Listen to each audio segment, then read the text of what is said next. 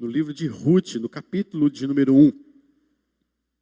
Ruth, capítulo de número 1, e teremos nos próximos domingos, quando eu aqui estiver pregando, falando sobre este livro, meditando na história de Ruth e Noemi.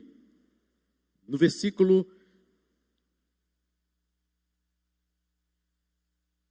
de número 1 até o versículo de número 22, lerei este texto. Nos dizem que julgavam os juízes, houve fome na terra. E um homem de Belém de Judá saiu a habitar na terra de Moabe com a sua mulher e seus 2 filhos. Este homem se chamava Elimeleque e sua mulher Noemi. Os filhos se chamavam Malom e Quilion, efrateus de Belém de Judá, vieram à terra de Moabe e ficaram ali.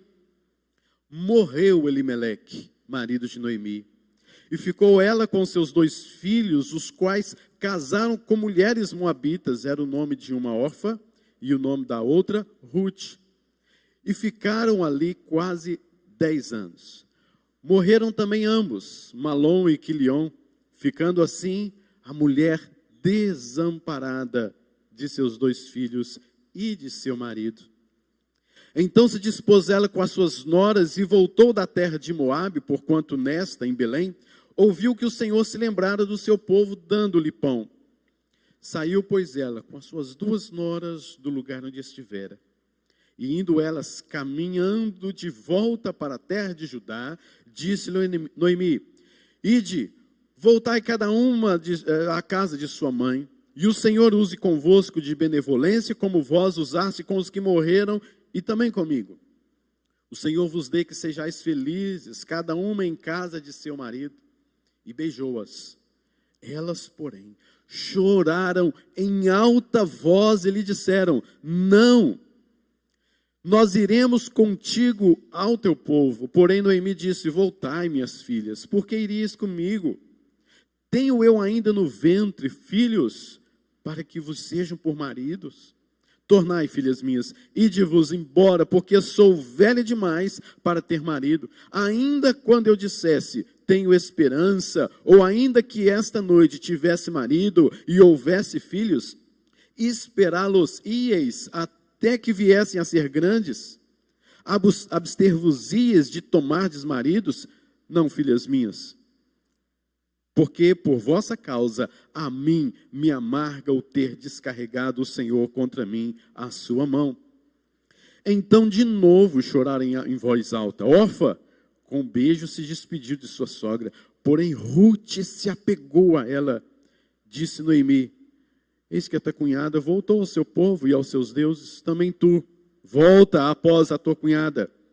Disse, porém, Ruth: Não me instes para que te deixe e me obrigue a não seguir-te. Porque aonde quer que fores, irei eu, e onde quer que pousares, ali pousarei. O teu povo é o meu povo, o teu Deus é o meu Deus. Onde quer que morreres, morrerei eu, e aí serei sepultada.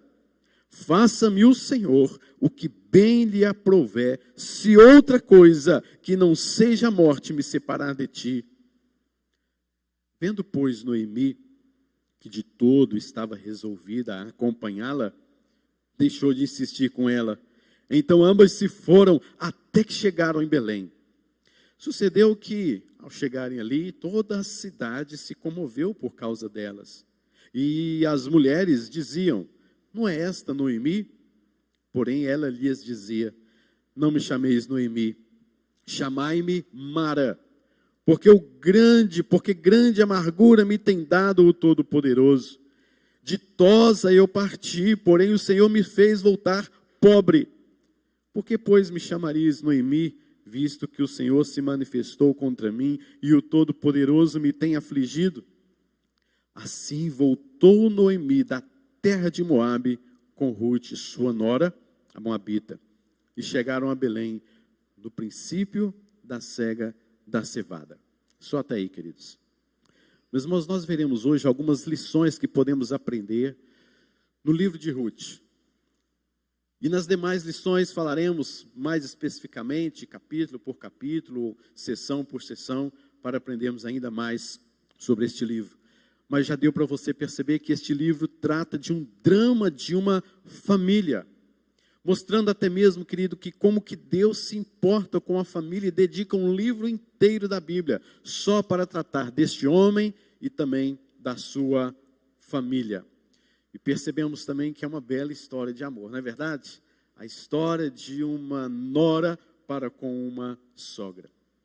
E este livro exalta a virtude de uma mulher moabita e mostra como uma viúva moabita, Ruth, se converte ao Deus de Israel e se converte também à sua sogra e se insere no meio do povo de Deus para ser bênção. Se você não sabe, esta mulher se torna a bisavó do rei Davi e uma das ancestrais do próprio Senhor Jesus Cristo.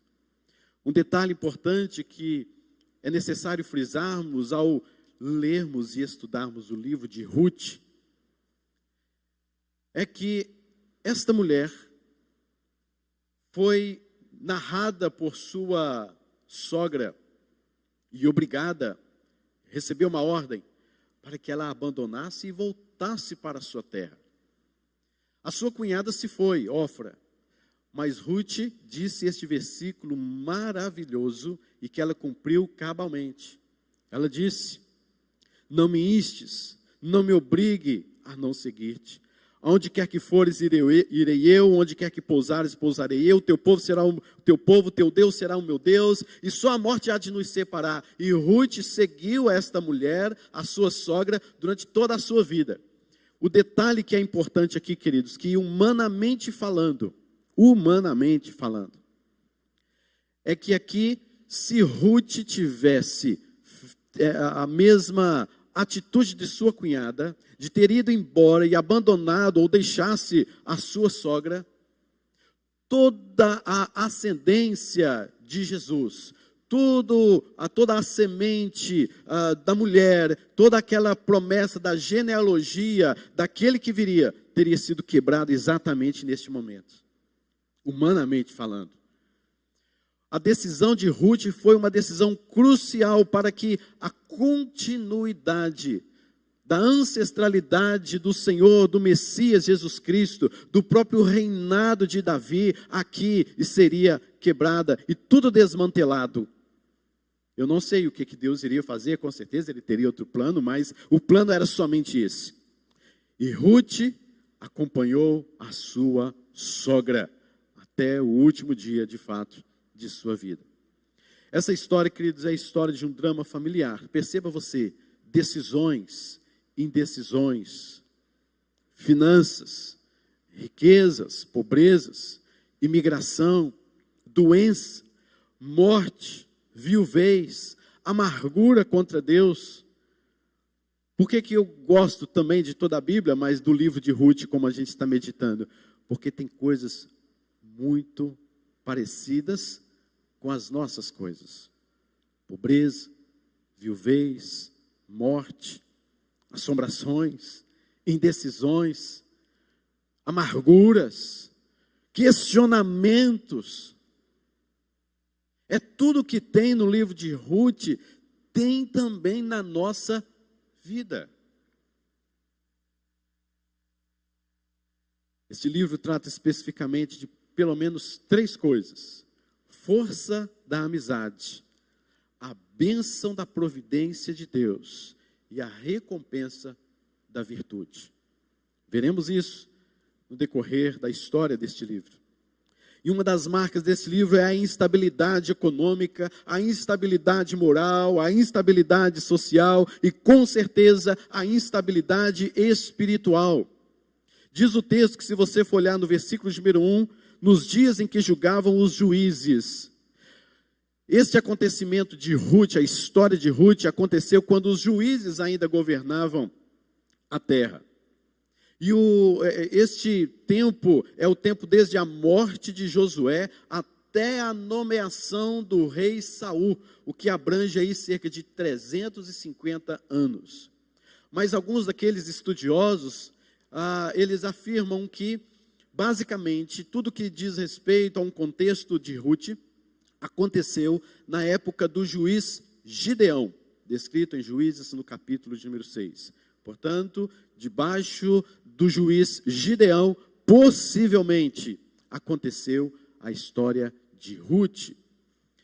Nos dias em que julgavam os juízes. Se você puder, abra comigo Juízes, o último versículo, que é o capítulo 21, versículo 25, que nos diz: naqueles dias não havia rei em Israel, cada um fazia o que achava mais reto. E aí começa o livro de Ruth. Mas este versículo, se você for olhar, ele está abrangendo toda a época e ocasião do livro dos Juízes. Porque ora o povo se erguia buscando a Deus por livramento, e quando conseguia esse livramento, o povo voltava, baixava a sua moral, baixava a sua vida espiritual, nada estava mais de acordo com os propósitos de Deus na vida daquele povo, e eles voltavam a fazer o que desse na teia, o que eles queriam fazer, porque não havia aquele juiz que de fato pegava para valer em algumas ocasiões, e levava o povo à adoração a Deus.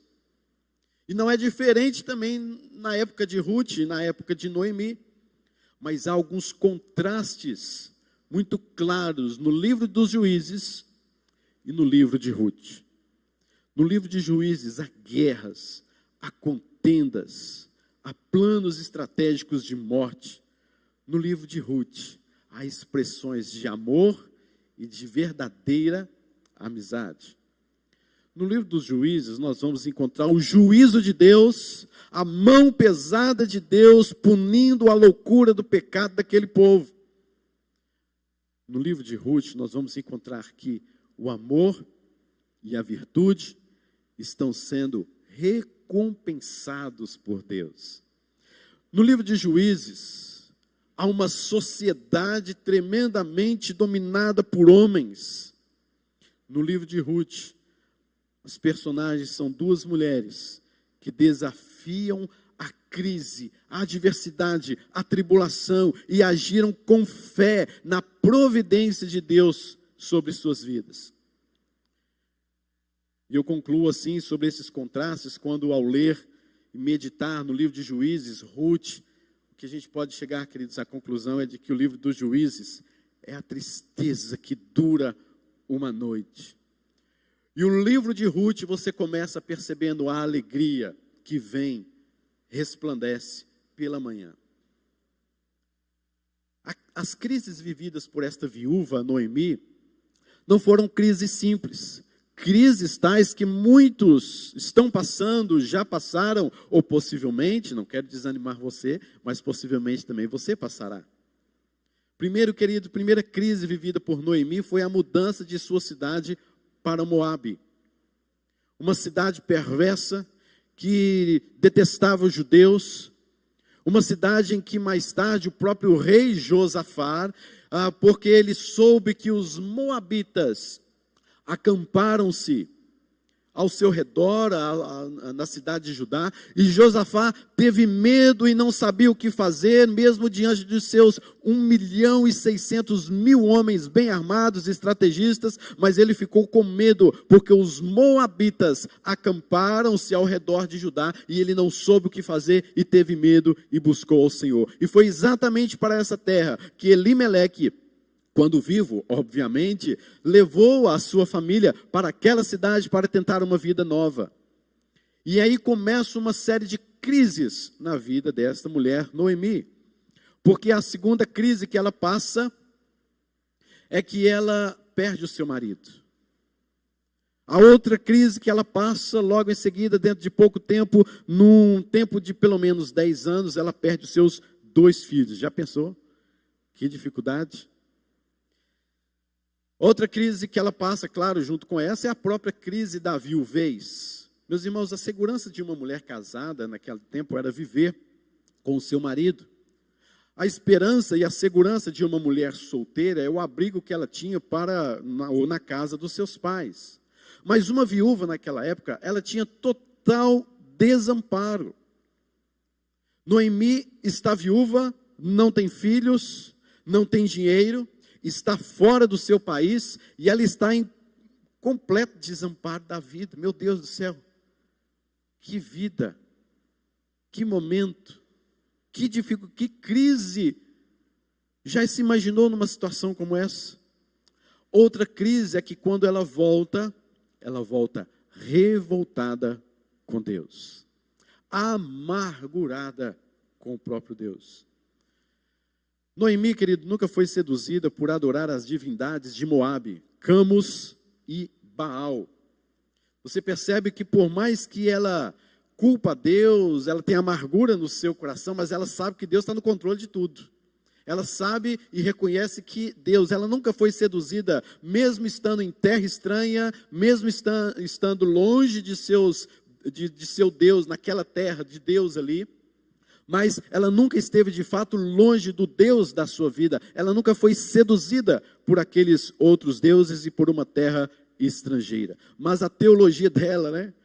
As sequências do que ocorre em sua vida são claramente perceptíveis, mas o seu pensamento acerca de Deus começa a ter alguns equívocos, porque ela achava que toda a desventura que ela estava vivendo era um juízo pessoal de Deus, era Deus descarregando a ira dele sobre ela, sem que ela olhasse as coisas boas que estavam acontecendo no meio das tragédias e das crises da sua vida. Ela simplesmente focou os seus olhos na crise e na adversidade, como nós sempre fazemos. Porque no meio da crise, os nossos olhos só se viram, só se tornam, só se converte para a crise.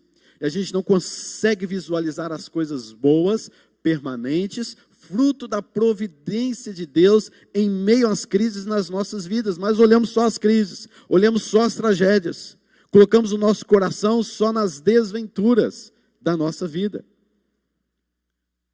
Às vezes, queridos, nos detemos num ponto, começamos a murmurar, reclamar, e tornamos a nossa vida ainda mais pesada, e deixamos de olhar como que Deus está agindo em nosso favor, com a sua providência, em meio às crises.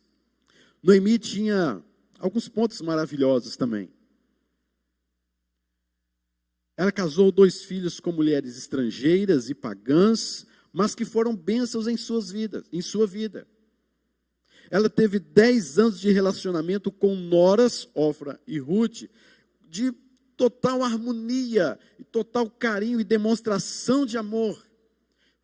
Essas mulheres foram bênçãos na vida de Noemi, especialmente Ruth.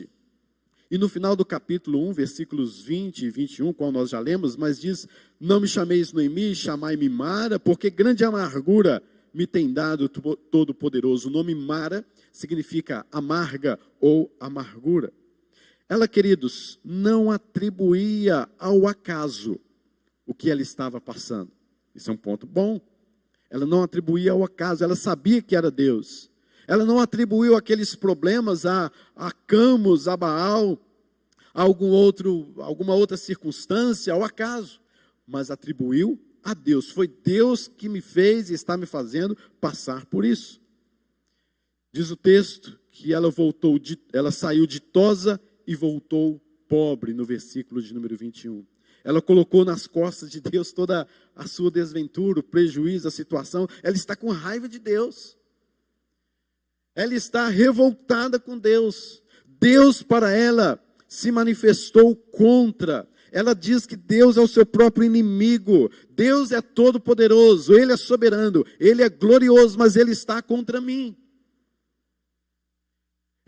Ele deixou o meu coração aflito. Ele é meu inimigo, está guerreando contra mim, e Noemi está com a vida amargurada. É necessário, queridos, olhar para a nossa vida de acordo com os planos soberanos de Deus, mesmo que nós não entendamos. Mas uma coisa é certa, queridos, isso é difícil demais. Isso é difícil demais, porque exige de nós uma aprendizagem. Exige de nós colocar na nossa mente, no nosso coração: eu tenho que pensar em Deus, eu tenho que confiar, eu tenho que descansar, e eu preciso descansar. A gente não consegue fazer isso. Olhar para os planos de Deus e olhar para as crises da vida, as desventuras da vida e falar assim: posso ficar em paz. Meus irmãos, é um trem difícil demais, é complicado, não é fácil, exige aprendizagem, exige de nós o saber como descansar em Deus. Algumas lições então que aprendemos no livro de Ruth, dando assim essa introdução. Em primeiro lugar, queridos, primeira coisa que eu aprendo nesse livro: aquilo que Deus providencia em sua vida é maior do que a crise pela qual você está passando. Louvado seja Deus por isso. Aquilo que Deus providencia em sua vida é maior do que a crise pela qual você está passando. É isso, meus irmãos, olhar a nossa vida na perspectiva de Deus. No meio da sua crise, no meio dos problemas, no meio das aflições, queridos, tem planos de Deus, tem propósito de Deus. Eu às vezes nem consigo enxergar, eu às vezes não consigo nem ver, e às vezes o meu coração se torna até amargo diante de Deus, porque o Todo-Poderoso afligiu o meu coração. Mas uma coisa eu tenho certeza, eu posso ter certeza de que há planos de Deus nesse negócio. Há propósitos de Deus diante da minha dor. Na dor tem algo especial de Deus. É isso que Noemi está passando, é isso que Ruth, também viúva, está passando. Dor, desventuras, mas essas duas mulheres sabem e estão cientes de que a providência de Deus será maior do que as crises que elas estão passando. O que prevalece sempre, queridos, você pode saber disso, você sabe disso. O que prevalece sempre não é a tragédia, não é a crise. O que sempre prevalece é a providência divina. As crises vão, as desventuras vêm, a dor vem, o problema vem, mas eles passam, e quando eles passam, você olha e a providência de Deus continua firme. As minhas palavras não passarão. Ouvi certa vez alguém dizendo, e eu achei muito importante, e para trazermos aqui para nós nesta noite, diz assim: o limite do homem não esgota as possibilidades do agir de Deus. O limite das suas forças, tudo que você faz, tudo que você pensa, a sua ação, a sua reação diante de desventuras da vida, não esgota as possibilidades do agir de Deus na sua vida. Segunda lição, queridos: o amor de Deus não é demonstrado apenas para um gueto de pessoas, mas para todos aqueles que lhe apraz. O amor de Deus não é demonstrado apenas para um povo, uma pessoa, duas pessoas, um grupo, um gueto de pessoas. O amor de Deus é manifestado a todos aqueles que lhe apraz. Deus aqui está cumprindo, queridos, o que diz em Gênesis capítulo número 12, versículo 3. Todas as famílias da terra serão abençoadas por meio de Abraão. E por meio de Abraão há o propósito de alcançar todos os povos. E é exatamente no livro de Ruth que nós temos esta lição maravilhosa de uma mulher que vem do paganismo, é uma mulher estrangeira, é uma mulher idólatra, ela se converte ao Deus de Israel, se torna a bisavó do rei Davi, e ela se torna ancestral na genealogia, então, do Senhor Jesus Cristo. Olha que plano maravilhoso de Deus, olha como Deus age com o seu amor, com a sua providência na vida desta mulher. Perceba o primeiro ponto, que a providência de Deus é maior. Perceba o segundo ponto, que o amor de Deus está se manifestando mesmo em meio às crises da vida, porque Ele ama a quem lhe apraz e manifesta este amor do jeito que lhe apraz. Quem sou eu? Pastor, teólogo, ou seja lá o que mais for nesse negócio para cima aí, para tentar desvencilhar e explicar o amor de Deus para conosco. Quem sou eu? Quem somos nós? Porque Ele manifesta o seu amor a quem lhe apraz, a quem Ele quiser. Perceba que a participação no reino de Deus não depende, querido, da carne e sangue, e sim da obediência de fé dada por nós, por meio do Espírito Santo. Ruth aceitou o povo de Deus e o povo de Israel e se tornou então uma das ancestrais do Messias. Perceba bem comigo, queridos, como é prova tão grande do amor de Deus. Você quer ver prova do amor de Deus? Vai para a genealogia de Mateus, capítulo número 1. Leia a genealogia que você vai ver prova tão grande do amor de Deus sobre pessoas, ou seja, a quem lhe apraz. Nós teríamos dificuldades, se eu fosse o escritor, ali daquele momento de genealogia, talvez se você fosse, nós teríamos dificuldades em colocar algumas mulheres na genealogia de Jesus. Por exemplo, na genealogia de Jesus, há uma mulher chamada Raabe. Você lembra de Raabe, não lembra? Ela era o quê? Uma prostituta. A gente vai um pouquinho mais adiante, a gente vê na genealogia de Jesus Tamar. Sabe quem era essa mulher?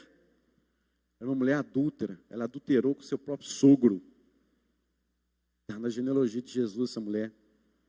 A outra mulher, Ruth, uma idólatra, estrangeira, moabita. Deus me livre desse povo. Sabe quem é a outra mulher? Batseba. Aquela que adulterou com o grande rei Davi. Estão na genealogia de Jesus. Prova de quê?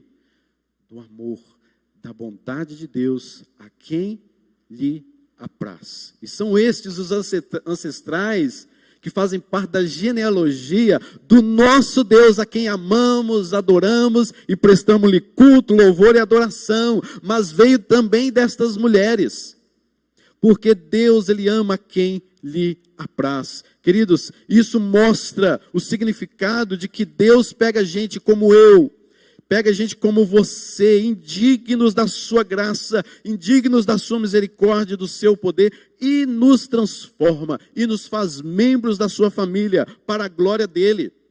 E nos restaura, e levanta em nós um novo homem, uma nova mulher, e coloca em nós o seu Espírito, e diz para nós que Ele nos ama e está nos fazendo, e fazendo de nós os seus próprios filhos.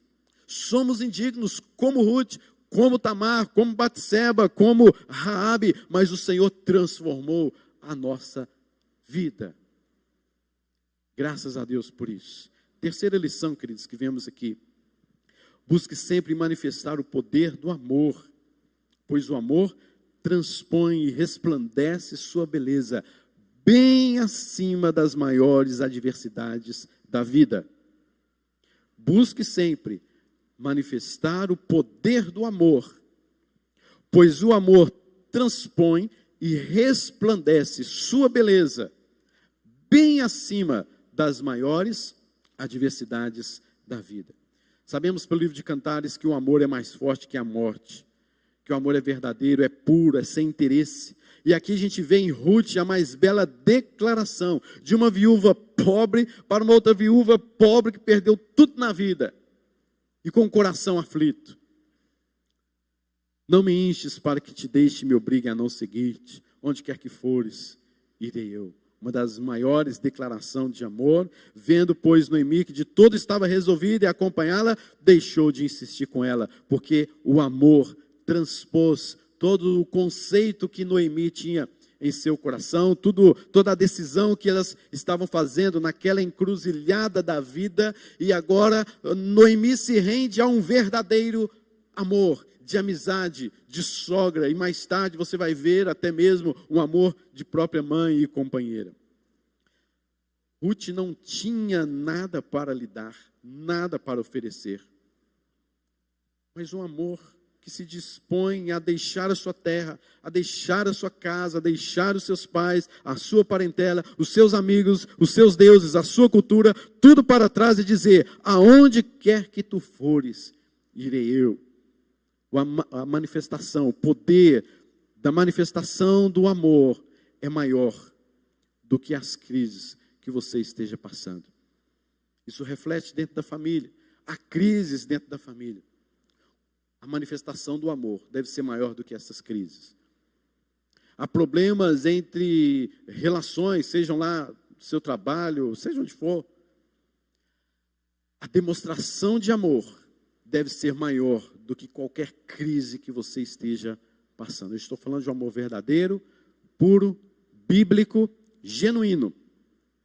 Deve transpor a todo tipo de crise. Em quarto e último lugar, veremos mais lições no outro domingo, para não ficar muito prolongado, mas em quarto lugar, fortaleça amizades dentro da sua própria família.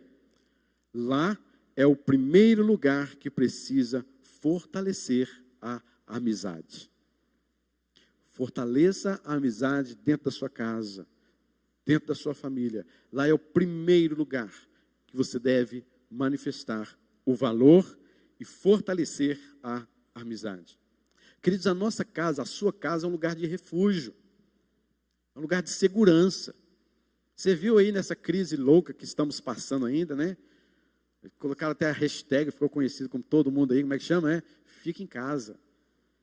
Até mesmo aqueles, queridos, que não têm qualquer convicção de Deus, entendem que a casa é um lugar de refúgio, a casa é um lugar onde você não pode ficar doente, vamos dizer assim, apesar que não foi bem assim, né? Apesar que muitos ficaram em casa, mas tiveram também a crise da Covid. Mas o princípio é esse, que a casa é um lugar de refúgio. Então fica lá na sua casa, não vai para o seu trabalho, não vai aquilo outro e tal. A gente tem aí umas certas, né, condições, umas certas, enfim. Mas o fato é que o ser humano, ele entende que a casa é um lugar de refúgio, de segurança, de apoio. E é ali que você deve fortalecer a amizade com o seu irmão. O perdão está ali, com a sua esposa, com o seu marido. É ali na sua família, com a sua mãe, com o seu pai, com o seu filho, que você deve fortalecer a amizade. Queridos, é dentro de casa que a gente aprende a ser paciente, a ser longânimo, a esperar. É dentro de casa que a gente aprende a ter domínio próprio, né? Os casados, é com o relacionamento com a sua esposa, com o seu esposo, que você aprende a ter domínio próprio, que você aprende a ter paciência. Não é na igreja simplesmente, não é lá no seu trabalho com o seu patrão, é com a sua esposa, é com o seu marido. A exercer o perdão, porque você tem que perdoar mesmo, e o negócio é todo dia ali. Abrir o coração para o perdão. Nas finanças, você aprende até a lidar com finanças dentro da sua casa. Administrador da família. É ali, queridos, que aprendemos a entender a mente do outro, a buscar a Deus. É onde aprendemos a cultuar a Deus, é dentro da nossa casa. Por isso, queridos, é necessário você sentar com seu filho, sentar com a sua esposa, sentar com o seu marido e aprender da palavra de Deus. E fortalecer a amizade, fortalecer o relacionamento, assim como o Ruth fez com Noemi. Elas estiveram juntas, apesar da crise, da terrível adversidade e da dor que as duas estavam sentindo. Desamparadas, viúvas, sem dinheiro, com amargura no coração, revoltado contra Deus. Mas essas duas mulheres se assentaram e fortaleceram aquilo que é base para o crescimento, aquilo que seria base para assentar a providência de Deus no decorrer da história. Fortaleça a sua amizade dentro da sua casa. Se você, queridos, não fortalece, se nós não fortalecemos as amizades dentro das nossas casas, a primeira frustração que você tem com amigos, você não tem para onde correr. O filho pode ser filho, fazer o que fizer, quando ele perde seus amigos, o refúgio dele deveria ser a sua casa, o seu pai. O pai nunca perde o olhar sobre o seu filho, sobre a sua filha. Da mesma forma o marido com a esposa. Porque aconteça o que acontecer lá fora, a família sempre será um local de refúgio para você. Agora a Bíblia nos fala da família de Deus, né? Que nós somos a família de Deus. Então, trazendo isso para o nosso contexto, querido, fortaleça a sua amizade dentro da igreja. Eu digo isso e não tenho nenhum medo de dizer que se você não tem nenhuma amizade, se algum membro não tem nenhuma amizade dentro daquela igreja, ele não fica naquela igreja. Porque ele precisa de amizade, ele tem que caminhar junto, ele tem que aprender a paciência junto, ele tem que aprender o domínio próprio, ele tem que estar aprendendo sobre o perdão junto, ele precisa de amizades dentro da sua igreja, dentro da sua comunidade, porque somos família de Deus. Então, estruture a sua amizade dentro da sua igreja. É na igreja que nós encontramos pastores, líderes espirituais que podem ajudar você a vencer traumas da vida, as dificuldades, as dores da vida e estabelecer uma visão do alto para as suas decisões aqui na terra. Há irmãos conselheiros, há irmãos que vão abençoar a sua vida. Estruture amizades dentro da igreja e fala isso para o seu filho também. E fala isso para a sua filha também. Porque eles precisam estar na igreja, tendo amizades de gente da igreja, para que a sua vida seja calcada diante da palavra do Senhor. Não estou dizendo que ele não deve ter amizade com pessoas de fora, mas só estou dizendo que esta família da fé, a família, casa, são locais de refúgio, fortaleza e segurança para a sua família e para a sua vida. Queridos, eu vou deixar aqui, próximo domingo, ou quando eu for pregar, quero dar continuidade às lições que aprendemos no livro de Ruth. Eu desafio os irmãos a lerem este livro, a procurar as lições deste livro, a se fortalecer, que diante das crises e de todos estes problemas que essas mulheres passaram, o Senhor esteve com elas. Deus estava pintando um quadro e elas não entendiam nada desse quadro. Deus estava fazendo um tapete como um bom tapeceiro, mas quem estava vendo, quem estava vivendo, não estava entendendo nada do que seria aquele tapete. Mas Deus tinha planos perfeitos, providência maravilhosa de Deus no livro de Ruth. Leia este livro, aplique o amor de Deus, veja o amor de Deus na leitura deste livro e voltemos para cá para meditarmos neste santo livro, desta santa mulher, desta santa sogra, que fez da sua história uma história repleta da providência de Deus em sua vida. Tenha fé, confie, espere sempre no Senhor. Que Deus nos abençoe, queridos, em nome de Jesus. Amém.